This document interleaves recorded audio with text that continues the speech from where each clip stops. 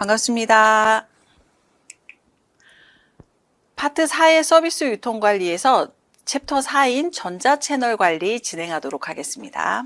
자, 4장 전자채널 관리에서는 전자채널의 개념과 장단점에 대한 문제가 주로 출제됩니다.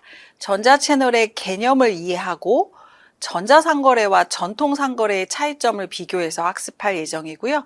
전자적 유통 경로의 장점과 단점을 공급자 측면과 소비자 측면으로 구분해서 학습할 예정입니다.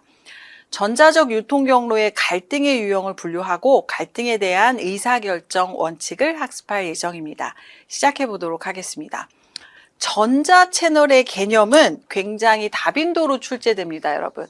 전자채널은 생산자, 중개인, 소비자가 디지털 통신망을 이용하여 직접적인 접촉 없이 전자매체를 통해서 상품을 유통하는 것을 이야기합니다. 정보통신 기술의 발달은 새로운 형태의 유통 경로인 전자채널의 등장과 발전을 촉진시켰습니다. 기업은 전자채널을 활용해서 고객 서비스를 향상시키고 유통비용을 절감할 수 있습니다. 전자채널은 시장을 국내가 아닌 전 세계 시장을 대상으로 활용이 가능한 채널로 만들었습니다. 여기에서 살펴볼 현상이 하나 있습니다. 탈중간화 현상인데요. 인터넷을 통해서 유통 경로를 구성함에 따라서 기업과 고객 모두 중간상을 배제시키고 싶은 욕구를 가지게 됐어요. 기업과 고객이 바로 다이렉트로 연결할 수 있는, 그래서 이 탈중간화 현상이 보다 더 지속될 거라고 생각합니다. 전자채널을 통해서요.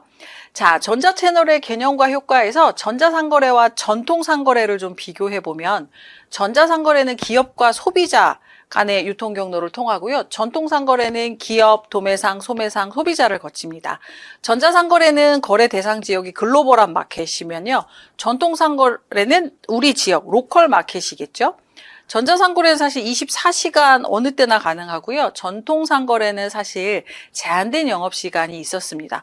선생님이 어릴 적에는요, 목욕탕도 시간 제한이 있었어요. 그래서 6시 넘어서 입장하면 못할 때도 있었습니다. 그리고 굉장히 빨리 끝났었어요. 식당도 마찬가지, 굉장히 다양한 곳들이 마찬가지였죠. 그런데 이렇게 유통 채널이 달라지면서 뭐 24시간 개방을 한다든지 여러 가지 형태의 유통 채널이 나타나게 됐죠.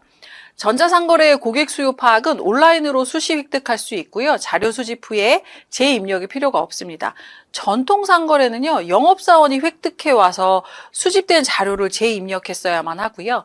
전자상거래의 마케팅 활동은 쌍방향 커뮤니케이션으로 1:1 마케팅이 됩니다. 전통상거래는 구매자의 의사에 관계없이 일방향 마케팅을 하는 경우가 많습니다. 전자상거래는 고객 대응을 할 때 고객 수요에 신속하고 즉각적으로 대응할 수 있는 반면에 전통상거래는 고객 수요에 포착이 좀 어려워요. 대응이 좀 지연될 수 있는 확률이 높습니다. 전자상거래의 판매 거점은 사이버 공간이 될 수 있고요. 전통상거래는 판매 공간이 반드시 필요했겠죠. 그래서 이제 상점의 의미도 굉장히 많이 달라졌습니다. 자, 그러면 이런 전자적인 유통 경로가 가지고 있는 장점을 공급자 측면과 소비자 측면으로 나눠서 보겠습니다.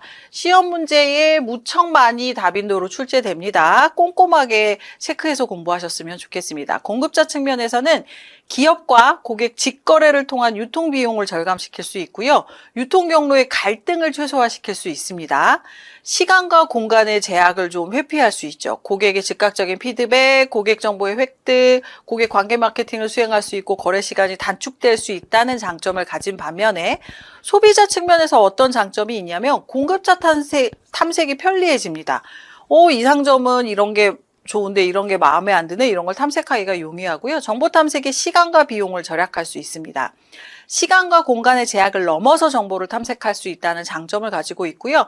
쌍방향 소통을 통해서 적합한 공급자를 선정할 수 있습니다. 필요나 요구에 대해서 공급자에게 직접 소통을 하므로 빠른 문제 해결이 가능하고요. 공급자 비교로 최적의 공급자 선택이 가능합니다. 자, 전자채널의 장점으로 가장 적절한 것은 1번 서비스가 제공되는 지역을 확장시킴으로써 경쟁이 감소된다. 이 기존 유통채널에 비해서 고객의 선택의 폭을 좁혀준다. 세 번째, 이용하는 고객의 범위가 다양하게 일관된 서비스 전달이 가능하다. 네 번째, 저렴하게 광범위한 지역의 고객들에게 서비스를 전달할 수 있다. 다섯 번째, 전자매체를 통해 유통되므로 대금 결제와 고객 정보의 보안이 뛰어나다. 자, 고르셨습니까? 가장 적절한 것은 저렴하게 광범위한 지역의 고객들에게 서비스를 전달할 수 있다. 첫 번째는 서비스가 제공되는 지역을 확장시킴으로써 경쟁을 더 증가시킬 수 있죠. 그리고 기존 유통 채널에 비해서 고객의 선택의 폭이 높여집니다. 세 번째는 이용하는 고객의 범위가 다양해져서 서비스의 일괄성이 떨어지기도 합니다. 다섯 번째, 대금 결제와 고객 정보의 보안에 문제가 발생할 수 있습니다. 이렇게 선생님처럼 공부할 때 옆에다가 표시해놓고 공부하시면 조금 더 효과적일 수 있을 것 같습니다. 자, 그렇다면 전자적 유통 경로도 장점만 있지는 않겠죠. 어떤 단점을 가지고 있느냐? 안전성, 물류체계, 품질, 규격 표준화, 신뢰성의 문제를 가지고 있습니다. 안전성은 대금 지불의 안전성과 정보보호의 안전성 문제가 계속 대두되고 있죠.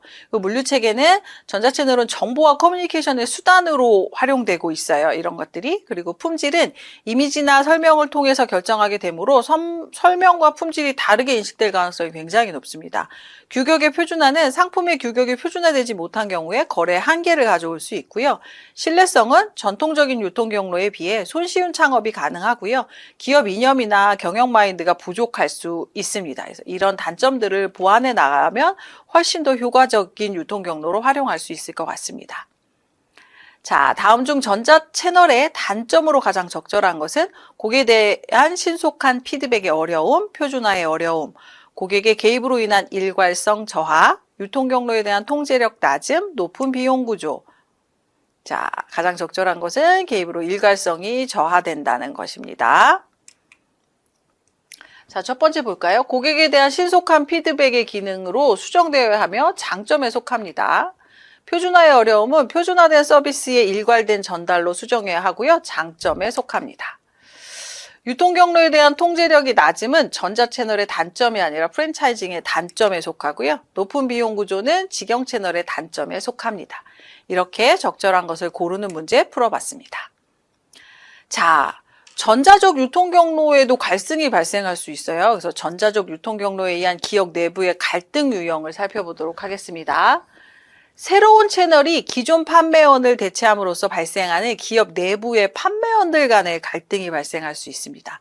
그리고 기업 외부의 대리점, 소매점 등의 기존 경로 구성원들과의 갈등이 발생할 수 있습니다. 이 부분을 참고하셔서 전자적 유통 경로를 염두에 두고 계시다면 이런 갈등의 부분들을 미리 좀 연구하시고 진행해 주시면 좋을 것 같습니다. 유통 경로 간의 갈등에 대한 의사결정 원칙으로는 경로 갈등의 대처는 수익성을 기준으로 의사결정을 합니다. 그리고 경로별 수익과 비용 분석 결과를 토대로 육성의 우선순위를 결정하기도 하고요. 일반적으로 비용 측면에서는 전자유통 경로가 유리합니다. 수익 측면에서는 기존의 유통 경로가 우수한 경우가 많고요. 수익을 초과하는 비용이 발생하면 신중한 디마케팅의 노력도 필요합니다. 이런 유통 경로 간의 갈등에 대한 의사결정 원칙을 가지고 그 부족한 단점들을 채워나가신다면 좋은 유통 경로로 활용할 수 있을 것 같습니다. 자, 실전 문제 하나만 보고 가도록 하겠습니다. 유통 채널 간의 마찰이 발생했을 때 이를 해결하기 위해 지켜야 할 원칙으로 적절하지 않은 것은 중복 투자를 막기 위해서는 하나의 채널에 집중해야 된다. 두 번째, 채널별 수익, 비용을 분석한 객관적 자료를 기반으로 결정한다. 세 번째, 비용이 수익을 초과한다면 신중하게 디마케팅 전략을 고려한다. 네 번째, 채널 간 갈등 발생 시에는 수익성을 기준으로 의사결정을 해야 한다. 다섯 번째, 일반적으로 비용 측면에서는 전자채널이 유리하나 수익 측면에서는 오히려 기존 채널이 우수한 경우가 많다. 적절하지 않은 것은 고르셨습니까? 자, 중복 투자를 막기 위해선 하나의 채널에 집중해야 된다. 하나의 채널만으로 고객에게 접근하기가 점점 어려워지고 있죠. 특정 산업군이 아닌 이상 복수 채널을 고려해야 할 필요가 있습니다. 자, 이렇게 파트 4의 서비스 유통 관리의 전자 채널 관리에 대해서 살펴봤습니다. 마지막 챕터 서비스 구매 과정의 물리적 증거의 이해에서 다시 찾아뵙도록 하겠습니다. 감사합니다.